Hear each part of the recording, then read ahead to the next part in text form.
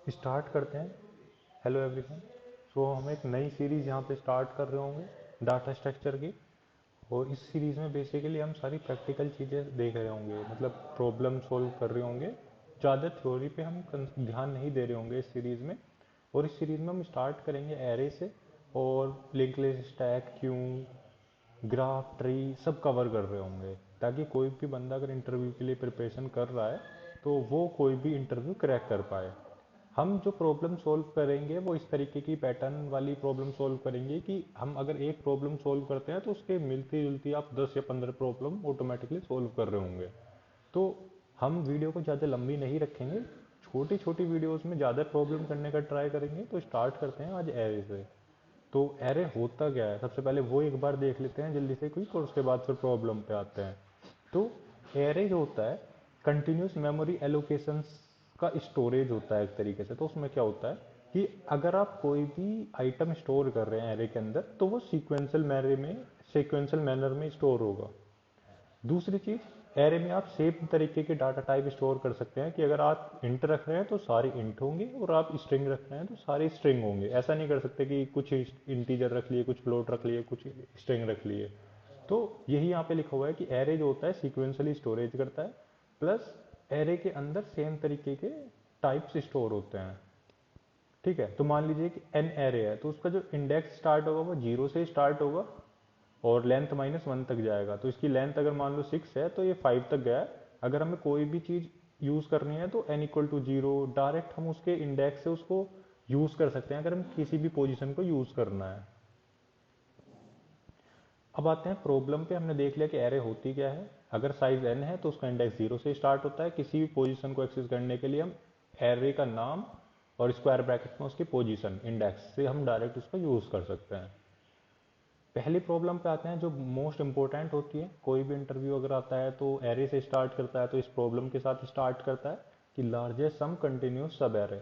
तो इसका क्या मतलब है, हमें क्या दिया होता है, एक एरे दिया होता है एन साइज का। उसके अंदर कुछ कुछ वैल्यूज होती हैं, पॉजिटिव भी हो सकती है, नेगेटिव भी हो सकती है। हमें क्या करना होता है, हमें बताना होता है कि एक तरीके से हमें बताना होता है कि तुम्हें कौन सा सब एरे है जिसका मैक्सिमम सम है उस एरे के अंदर। तो हमें एक सब एरे फाइंड करना होता है कंटिन्यूस मैनर में, जिसका सब मैक्सिमम हो उस पूरी एरे के अंदर। ठीक है, तो वापिस चलते हैं। मान लीजिए हमारे पास एक एग्जाम्पल है 1 3 - 5 6 3। ठीक है, तो ये एक हमारे पास एरे है। अगर हम इसका एक सब एरे हमें निकालना हो जिसका मैक्सिमम सम जो हो, जिसका मैक्सिमम सब एरे हमें निकालना है जिसका मैक्सिमम सम हो, तो स्टार्ट करते हैं यहाँ से। ठीक है, तो मान लो कि हमारे पास 1 है, तो अगर हम 1 का सम देखें तो ये 1 होगा। 1 + 3 एक सब एरे अगर हम लें तो इसका सम हमारे पास 4 होगा। 1 3 - 5 लें तो इसका सम हमारा -1 हो जाएगा, तो हम 5 को इंक्लूड नहीं कर सकते। ठीक है, अगर हम सिंगल 6 को देखें तो उसका सम 6 होगा। 6 के साथ अगर हम नेगेटिव कोई भी नंबर लेंगे तो वो छोटा हो जाएगा, तो इसका जो मैक्सिमम सम सब एरे होगा वो ओनली 6 होगा। ठीक है, तो अब इस प्रॉब्लम को सोल्व कैसे करेंगे। तो सबसे पहले हमारे दिमाग में ब्रूट फोर्स आना चाहिए कि ब्रूट फोर्स से हम प्रॉब्लम को कैसे सोल्व करते हैं। तो ब्रूट फोर्स के लिए हमें क्या करना क्या है, हमें एक सब एरे बताना है जिसका सम मैक्सिमम हो। तो क्यों ना हम सारे सब एरे निकाल लें, और जिस भी सब एरे का सम मैक्सिमम होगा उसे रिटर्न कर रहे होंगे। इसका क्या मतलब है, तो मान लो कि हम 1 से स्टार्ट करते हैं। ठीक है, तो सबसे पहले हम 1 का सम स्टोर कर लेंगे, 1 हो गया। 1 + 3 कर लेंगे, और इन सम को अपने पास स्टोर करते चलेंगे, और जो भी एक मैक्सिमम सम भी हम स्टोर कर लेंगे। जैसे ही वो सम मैक्सिमम से बड़ा हुआ, मैक्सिमम अपडेट कर देंगे, अदरवाइज हम ऐसे सब एरे चेक कर रहे होंगे। तो एक सब एरे ये हो गया। उसके बाद फिर 3 के लिए सब एरे चेक करेंगे कि 3 से स्टार्ट करा, फिर 3 + 5, 3 + 6, 3 + -3। ठीक है, तो ये 3 के सब एरे हो गए। उसके बाद हम 5 के सब एरे चेक कर रहे होंगे। ठीक है, तो इस चीज को एक बार कोड में देखते हैं, ज्यादा अच्छे से समझ में आएगा। हम क्या कर रहे हैं, अपने पास एक मैक्सिमम सम मान के चल रहे हैं कि -∞ है वो। ठीक है, उसके बाद हम क्या करते हैं, लूप चलाते हैं हर एक वैल्यू पे हम लूप चला रहे होंगे, एक सम मेंटेन कर रहे होंगे उस पर्टिकुलर इंडेक्स से रिलेटेड। और उससे ही हम आई से एरे ऑफ लेंथ तक दूसरा एक लूप चला रहे होंगे। मान लो कि हमने वाई 1 के लिए लूप चलाना है, तो 1 में 1 प्लस कर रहे होंगे, 1 को ऐड कर रहे होंगे सब में, फिर 1 में 3 ऐड कर रहे होंगे, 1 में 5 -5 ऐड कर रहे होंगे, 1 में 6 ऐड कर रहे होंगे, 1 में -3 ऐड कर रहे होंगे।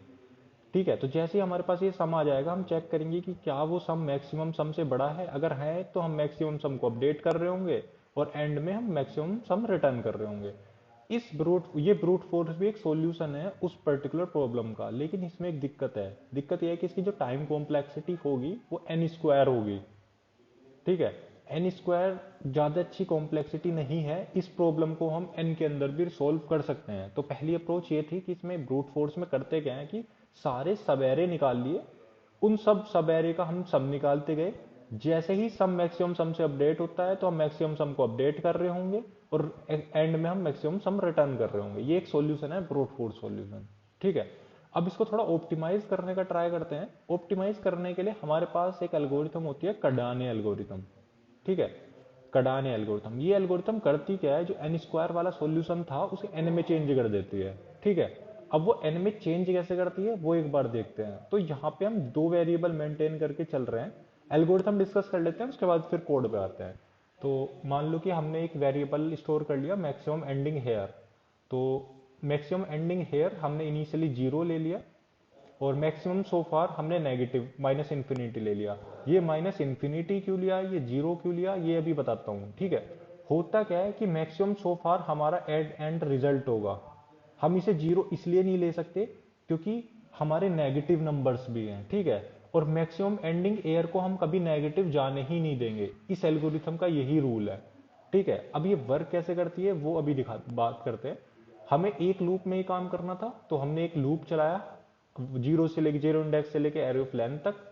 उसके बाद हम क्या करेंगे, जो मैक्सिमम एंडिंग एयर है उसमें हर एक वैल्यू को प्लस कर रहे होंगे। जो भी हम जिसके लिए भी लूप चला रहे हैं उसे प्लस कर रहे होंगे। पहली कंडीशन कि मैक्सिमम एंडिंग एयर में प्लस कर रहे होंगे। दूसरा हम चेक करेंगे कि क्या मैक्सिमम सोफार जो हमारा रिजल्ट है वो मैक्सिमम एंडिंग से अगर छोटा है तो मैक्सिमम सोफार को हम अपडेट कर रहे होंगे। ठीक है, और तीसरी चीज कि अगर मैक्सिमम एंडिंग हेयर 0 हो जाता है तो हम उसे मतलब 0 से छोटा हो जाता है तो हम उसे 0 कर रहे होंगे। तो इससे होगा क्या, मान लो कि हम एक एक करके एक एग्जाम्पल के साथ ही स्टार्ट करते हैं। मान लो कि हमारा ये 1 है। ठीक है, तो सबसे पहले हमें इसे प्लस करना है, तो हमारा यहाँ पे हो गया 1, मैक्सिमम फाइंडिंग एयर हो गया हमारा 1। ठीक है, इसके लिए हम स्टार्ट कर रहे हैं, तो ये हो गया हमारा 1। इसके बाद हमने क्या करा, चेक करा कि क्या मैक्सिमम सो फार मैक्सिमम एंडिंग हेयर से छोटा है। हाँ छोटा है, माइनस इन्फिनिटी -1 से छोटा है, तो इसे अपडेट कर दो। तो मैक्सिमम सो फार भी हमारा हो गया 1। उसके बाद हमने चेक करा क्या मैक्सिमम एंडिंग हेयर हमारा नेगेटिव है। नहीं, नेगेटिव तो नहीं है, हम इसे 0 नहीं करेंगे। ठीक है, उसके बाद आते हैं 3 पे। 3 प्लस करा तो ये हो गया हमारा 3 1 प्लस 4। ठीक है, चेक करा मैक्सिमम सो फार छोटा है मैक्सिमम एंडिंग से। हाँ छोटा है, तो इसे भी अपडेट कर दिया। ठीक है, उसके बाद चेक करा कि क्या मैक्सिमम एंडिंग नेगेटिव है। नहीं, नेगेटिव नहीं है, तो इसलिए 0 नहीं करेंगे। उसके बाद लूप चलेगा -5 पे। तो -5 और 4 ये होता है -1। क्या मैक्सिमम सो फार छोटा है। नहीं, छोटा नहीं है, तो अपडेट नहीं कर रहे होंगे। क्या मैक्सिमम एंडिंग हेयर नेगेटिव है। हाँ नेगेटिव है, तो इसको 0 बना रहे होंगे और इसको अपडेट नहीं कर रहे होंगे, ये 4 ही रहेगा। ठीक है, अब आते हैं 6 के लिए। 6 आया, सम में ऐड करा तो ये 6 हो गया। क्या मैक्सिमम सो फार छोटा है। हाँ छोटा है, इसे भी हमने अपडेट कर दिया, ये भी 6 हो गया। फिर चेक करेंगे कि क्या मैक्सिमम एंडिंग नेगेटिव है। नहीं, नेगेटिव नहीं है, तो इसे अपडेट नहीं कर रहे होंगे। उसके बाद आता है -3, तो -3 प्लस करेंगे तो ये हो जाएगा 3। क्या मैक्सिमम सो फार छोटा है। नहीं, छोटा नहीं है, इसलिए अपडेट नहीं कर रहे होंगे। क्या वो नेगेटिव है। नहीं, नेगेटिव नहीं है, इसलिए 0 नहीं कर रहे होंगे। और एट द एंड हम रिटर्न कर रहे होंगे मैक्सिमम सो फार, जो की वैल्यू होगी 6। तो इससे होता क्या है, कैडाने एल्गोरिथम से ये करता क्या है, ये अपने पास एक तो मैक्सिमम सेव करके रखता है जो एंड में रिटर्न करना है।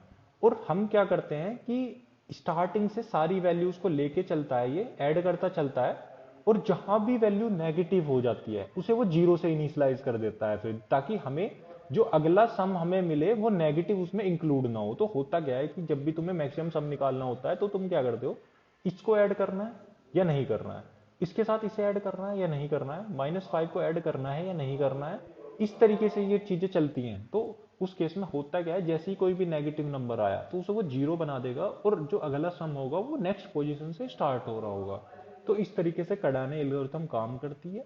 और होता क्या है कि वो उसे एन स्क्वायर से एन में ला जाती है, जिसकी टाइम कॉम्प्लेक्सिटी भी अच्छी होती है बिना किसी ज़्यादा स्पेस यूज करे। इसके कोड पे आते हैं। तो यहाँ पे हमने एक वो सेम एरे ले लिया है, ठीक है। हमने मैक्सिमम फन में अपना फंक्शन आंसर स्टोर करेंगे, एक हमने फंक्शन बना लिया जो एरे ले रहा होगा, ठीक है। सेम मैक्सिमम सो फार को हम माइनस इन्फिनिटी हमने सेट कर दिया है। एंडिंग हेयर हम इनिशियली जीरो ले रहे हैं, हमने एरे पे लूप चलाया है।